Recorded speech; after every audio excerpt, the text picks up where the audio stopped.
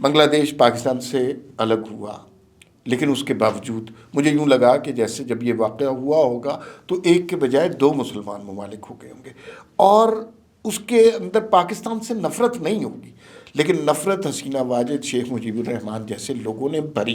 سعودی crown prince نے کہا کہ سعودی عرب کبھی بھی اسرائیل کو تسلیم نہیں کرے گا جب تک کہ آپ ایک آزاد فلسطینی ریاست نہیں قائم ہو جاتی۔ پھر اور سعودی فارن منسٹری نے بھی بڑا سخت ریئیکشن دیا کہ ہماری پالیسی میں کوئی تبدیلی نہیں ہے اور ہماری پالیسی بڑی واضح ہے کہ فلسطینیوں کو ان کا حق خود ارادیت ملنا چاہیے۔ وہ عمران خان صاحب نے ایک خط لکھا تھا، وہ پتہ چلا ہے لکھا ہی نہیں تھا، نہ پوسٹ کیا کرنا تھا، وہ جیل سپرنٹینڈنٹ کہہ رہے لکھا ہی کوئی نہیں ہے۔ تو یہ مطلب یہ بھی ایک طرح کے نا دیسی ٹرمپ ہے۔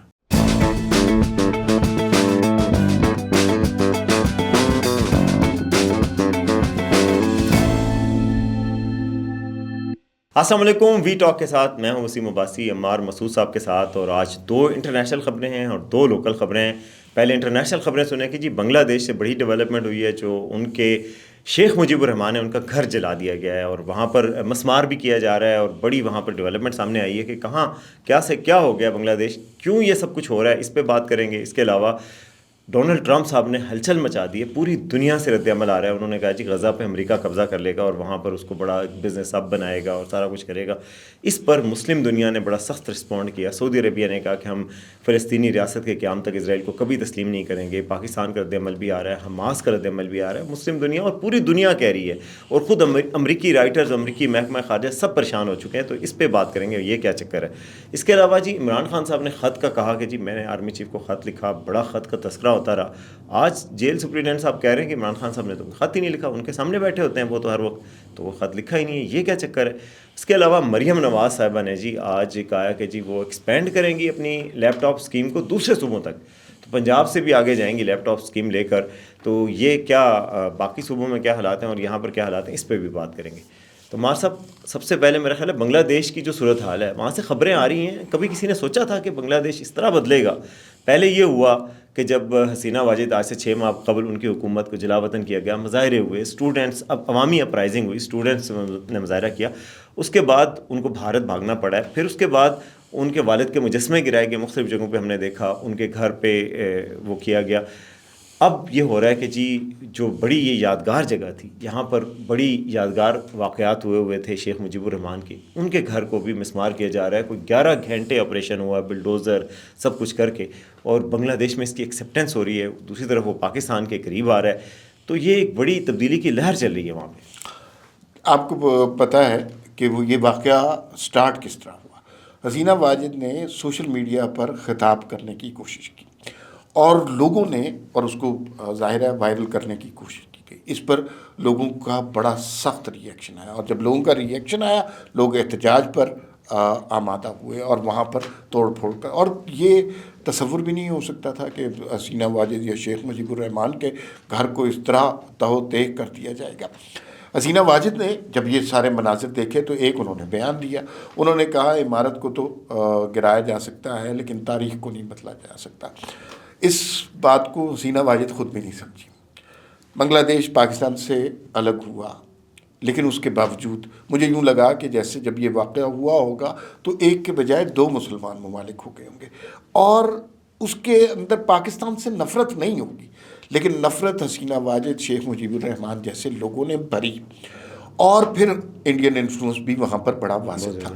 اس سارے کے نتیجے میں ایک فسطائیت قائم ہوئی، کوئی آزادی اظہار وہاں پہ نہیں تھا، وہاں پہ حسینہ واجد اور شیخ مجیب الرحمان کی پرستش کرنے کا رواج تھا۔ جب اس طرح کے ببل بنتے ہیں تو تاریخ انہیں برسٹ کرتی ہے۔ حسینہ واجد کو یہ یاد رکھنا چاہیے، جب وہ آج کہہ رہی ہیں کہ یہ عمارت جلنے سے تاریخ نہیں بدلتی، تو تاریخ کا حصہ وہ 90 سالہ بزرگ بھی ہیں جماعت اسلامی کے، جنہوں نے پاکستان سے آخری لمحے تک وفا کی، اور حسینہ واجد نے انہیں پھانسی پر لٹکایا۔ دنیا میں کہیں نہیں ہوتا کہ آپ 90 سال 95 سال کے لوگوں کو آپ پھانسی کی سزا دے دیں۔ بالکل. اور میں دیکھ رہا تھا کہ بڑی ڈیولپمنٹس وہاں ہو رہی ہیں. مجھے ایک میرے دوست ہوتے ہیں پاکستان ایمبیسی میں, انہوں نے بتایا کہ وہ جب جمعہ پڑھنے جاتے ہیں تو پاکستانی شلوار قمیض ڈفرینٹ لگتا ہے.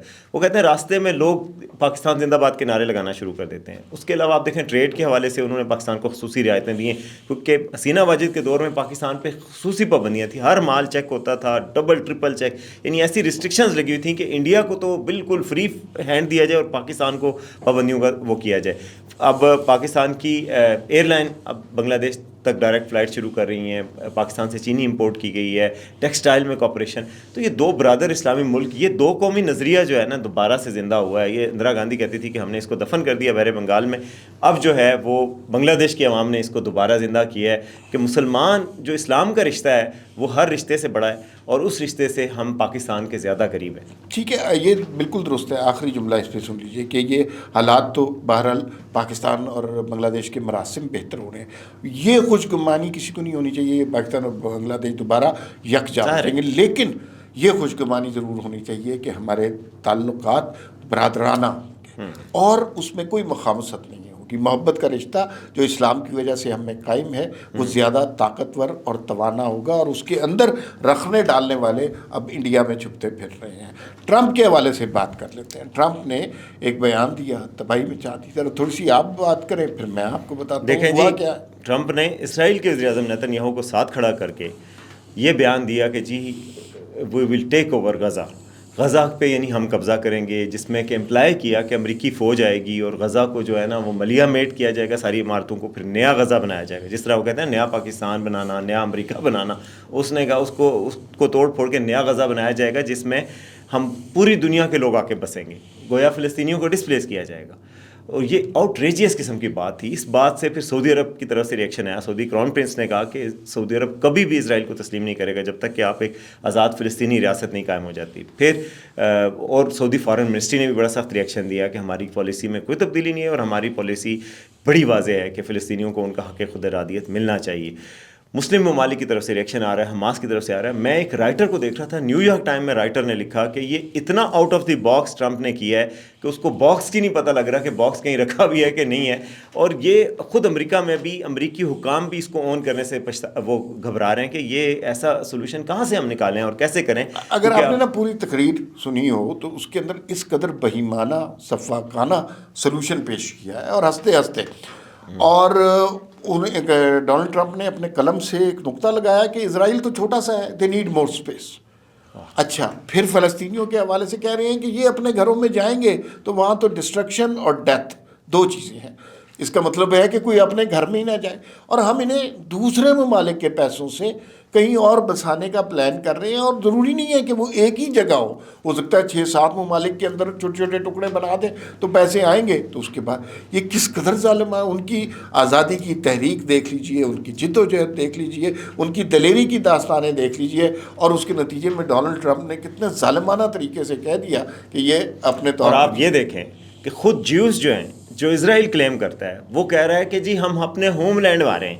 صدیوں وہ ڈسپلیس رہے اور انہوں نے صدیوں بعد بھی انہیں کہا اپنے گھر جانا ہے. اپنے گھر کے لیے پوری دنیا سے یہودیوں کو لا کے بسایا گیا اسرائیل, اور جو گھروں میں رہ رہے ہیں ان کے گھروں سے آپ کہہ رہے ہیں کہ آپ دوسرے گھروں میں پھنسائیں گے. یہ دوغلا پن ہے, یہ عالمی دوغلا پن نہیں ہے تو اور کیا ہے. اور پھر یہ بات بھی عمار صاحب کہ جو لوگ ٹرمپ کے حامی تھے, ہمارے بھی ایک پولیٹیکل پارٹی کے لوگ امریکہ میں جو تھے, انہوں نے بڑے چڑھ کر ووٹ دیا کہ شاید وہ عمران خان کو بھی آزادی دلوائیں گے ٹرمپ, اور آئے گا تو وہ مسلمانوں کے لیے بھی بڑا اچھا ہوگا. جی بائیڈن کی پالیسیز اچھی نہیں تھی فلسطین کے حوالے سے, ان کے لیے بھی ایک بہت بڑا یہ ریئلائزیشن, یہ شوق نکلا ہے کہ بھائی آپ کس کی سپورٹ کر رہے تھے. ایسے پاپولسٹ لیڈر ہیں جو بات کچھ اور کرتے ہیں, بعد میں کچھ اور ہوتا ہے. دوغلے پن سے یاد آیا, وہ عمران خان صاحب نے ایک خط لکھا تھا, وہ پتہ چلا ہے لکھا ہی نہیں تھا. نہ پوسٹ کیا کرنا تھا, وہ جیل سپرنٹینڈنٹ کہہ رہے لکھا ہی کوئی نہیں ہے. تو یہ مطلب یہ بھی ایک طرح کے نا دیسی ٹرمپ ہے.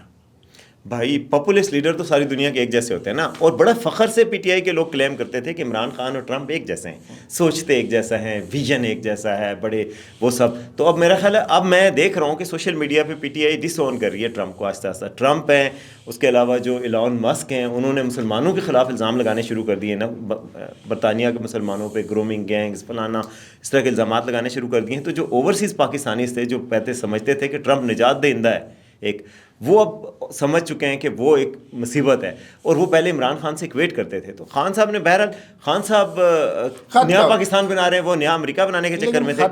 خط کے حوالے سے دیکھیے یہ ٹیکنیک ہے، یہ دوسری سیاسی جماعتوں کو سیکھنی چاہیے. ایک واقعہ ہے ہی نہیں، اس واقعے کا شوشہ چھوڑیں، پھر اس واقعے کو اتنا بڑا کریں کہ سارا میڈیا اس پہ بات کرتے بنے، اور 10-15 دن کے بعد وہ واقعہ پتہ چلے کہ وہ تو جھوٹ تھا. اس وقت آپ نے معافی نہیں مانگنی، اس وقت آپ نے ایک اور بیانیہ کریٹ کر دینا. دیکھیں چانسلر والی بات بتائی تھی آپ کو کہ عمران خان کسی انٹرنیشنل یونیورسٹی کے چانسلر بن رہے ہیں. نہ کوئی تھا، نہ اپلائی کیا، نہ یونیورسٹی نے پوچھا، نہ کوئی سی وی بھیجا، نہ کوئی کسی نے فون کیا، لیکن 1 مہینہ میڈیا پہ ڈسکس ہوتا رہا. اب یہ جو خط والی داستان ہے، انہیں میڈیا پہ اپنی اسپیس آکوپائی کرنی آتی ہے کہ عمران خان نے خط لکھ دیا آرمی چیف کو، اور فیصل چودھری نے بتایا نہ کسی نے کوئی خط دیکھا، نہ کسی ڈاک خانے میں پوسٹ ہوا، نہ کسی پوسٹل سروس سے ہوئی، اور لکھا بھی نہیں. آج ڈپٹی سپرنٹینڈنٹ. دیکھیں میں یہی آپ کو اس دن بھی کہہ رہا تھا کہ عمران خان صاحب نے خط پہنچایا نہیں، اور پہنچانا مقصد ہی نہیں تھا ان کو، جن کو لکھنا تھا. خط کو پھیلانا مقصود تھا. اور وہ ایک ٹویٹ پہ اپنے ٹویٹر اکاؤنٹ پہ جو جبران الیاس صاحب چلا رہے ہیں امریکہ سے، ان کے اکاؤنٹ پہ پوسٹ کر دیا، بیانیہ بنا لیا. بیانیہ کا تو آپ کو پتہ ہی ہے نا، وہ جیل میں بیٹھے بھی بیانیہ ضرور بناتے ہیں. تو بیانیہ بنایا کہ جی دیکھیں میں نے ان سے یہ بات کر لی، اور 4-5 دن تک میڈیا کی اٹینشن حاصل کر لی. تو یہی ان کا مقصد تھا. باقی دوسری جانب بھی دیکھیں نا، ہم ہمیشہ کہتے ہیں کہ نون لیگ بہتر کام کرتی ہے، پرفارم بہتر کرتی ہے، لیکن بیانیہ بنانا ان کے بس کا روگ نہیں ہے. آج جو مریم نواز ان سے سڑکیں بنوا لیں، راجہ بازار ٹھیک کروا لیں، صدر ٹھیک کروا لیں، لیکن بیانیہ نہیں بنوا سکتے. ابھی جو ہے نا صدر نہیں ٹھیک کر سکتے. اچھا تو وہ جو ہے نون لیگ نے آج جو مریم نواز نے کام کیا ہے وہ اچھا کام کیا ہے کہ لیپ ٹاپ اسکیم ہے، اس سے پنجاب کے بچے تو مستفید ہوں گے. انہوں نے کہا نہیں، میری خواہش یہ ہے کہ دوسرے صوبوں کے جو ہونہار طلباء اور طالبات ہیں ان کو بھی لیپ ٹاپ اسکیم سے فائدہ ہو. جو لیپ ٹاپ پہلے 1 لاکھ تھے، اب ان کی تعداد 1,10,000 کر دی گئی ہے. اس کے علاوہ انہوں نے کہا ہے کہ دوسرے صوبوں کے جو ہونہار لائق فائق بچے ہیں ان کو اسکالرشپ بھی دیے جائیں. باہر پڑھنا چاہتے ہیں تو باہر پڑھ کے جائیں، اور اس کی اہلیت کی شرط جو ہے اسکالرشپ کے لیے 65% کر دی گئی ہے. یہ کتنی اچھی بات ہے. اگر عمران خان نے یہ کی ہوتی تو یہ نسلوں کو یہ سبق یاد کرا دیتے کہ ہم نے لیپ ٹاپ دیے، اور لیپ ٹاپ دینے بھی نہیں تھے، وہ بھی بلین ٹریز. لیکن میں نے سنا ہے کئی پی ٹی آئی کے لوگوں کو اس پہ تنقید کرتے ہو کہ یہ جو اسٹوڈنٹ کو بائی کرنے کی کوشش ہے.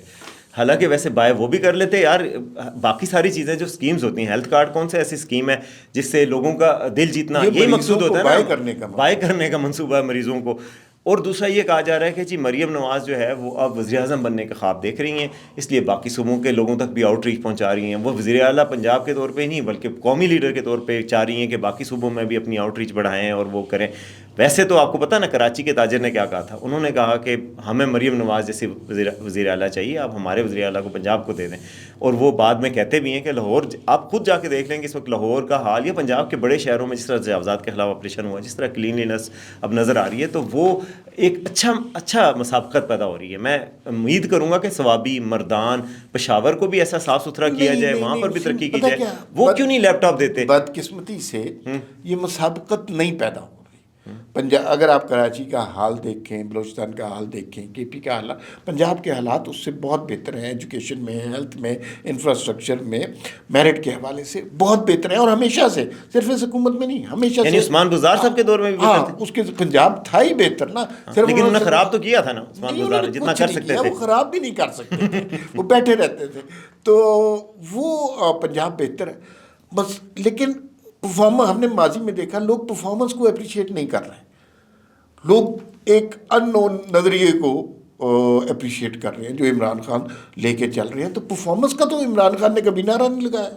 کوئی نہیں بتایا کہ میں نے اتنی یونیورسٹیاں بنائی، اتنے کالج بنائے، اتنا سڑکیں بنوائی. یہ تو ان کے پاس ہے ہی نہیں. یہ بڑی، اور پاکستان کے ووٹر کو یہ بات سمجھنی چاہیے کہ آپ نے اپنی فلاح کے لیے ووٹ دینا ہے. سر امریکہ کے جو ووٹر ہیں نا، ان کے بھی پرفارمنس کون سی ٹرمپ صاحب نے دی تھی پہلے، اب بھی وہ یہ ہے. اب امریکہ کے ووٹر رو رہا ہے اس وقت آپ کو پتا ہے امریکہ کی 50 ریاستیں ہیں، سب میں مظاہرے ہو رہے ہیں کہ جی یو ایس ایڈ کے پروگرام بند کر دیے. یو ایس ایڈ کے جو پروگرامس تھے پوری دنیا میں، اس میں کوئی جرنلزم کے پروجیکٹ تھے، کوئی ویمن امپاورمنٹ پہ تھے، کوئی کسی اور ایسے پہ، اس سے امریکہ کا انفلوئنس پوری دنیا میں پھیل رہا تھا. مگر ٹرمپ صاحب نے آ کے وہ سارے بند کر دیے، بس نعرہ لگایا جی یہ ختم کرتے ہیں وہ ختم کرتے ہیں. اب امریکہ کے وہی عوام جو ان کو لے کے آئے تھے وہاں پہ، انڈے مہنگے ہو چکے ہیں، ٹماٹر، ایووکاڈو، ہر چیز مہنگی ہوئی، میکسیکو کے ٹریڈ پہ ٹیرف امپوز کر دیا، اپنے ملک پہ مہنگائی کروا دی، پھر وہ واپس لیا کیونکہ یو ٹرن تو بڑا لیڈر لیتا ہے وہاں پہ بھی، تو یو ٹرن لے لیا. تو ایسی ایک کڑمس مچا دی امریکہ میں. تو ایسے ہی ہوتے ہیں پاپولسٹ لیڈر. آپ کیا ایکسپیکٹ کرتے ہیں کہ پاپولسٹ لیڈر نے جو وعدہ کرنا ہے وہ پورا کرنا ہے آپ کے خیال میں؟ لیکن اس میں ایک نقطہ یہ ہے، اور اس نقطے پہ بات ختم کرتے ہیں، کہ جو ٹرمپ کے حامی ووٹرز کو یہ ریئلائزیشن اس وقت ہوئی ہے جب ٹرمپ پھر حکومت میں آیا ہے.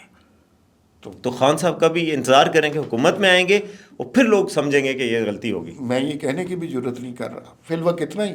اللہ حافظ.